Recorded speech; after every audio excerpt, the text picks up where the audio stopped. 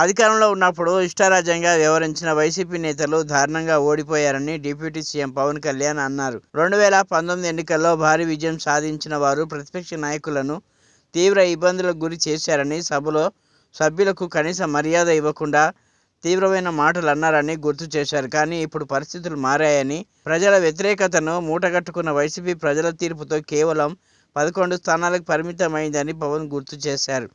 గతంలో గెలుపుతో విర్రవీగిన వైసీపీ నేతలు ఇప్పుడు ఓటమిని తట్టుకొని గెలిచి 11 మంది అభ్యర్థులైన ప్రజల కోసం ధైర్యంగా నిలబడే సత్తా లేక సభ నుంచి పారిపోయారని పవన్ కళ్యాణ్ అన్నారు. కానీ తమ గత ప్రభుత్వం వివరించిన విధంగా నడుచుకోమని, ప్రజల సమస్యల పరిష్కారం కోసం చర్చిస్తామని స్పీకర్ ఎన్నిక సందర్భంగా డిప్యూటీ సీఎం పవన్ కళ్యాణ్ చెప్పుకొచ్చారు.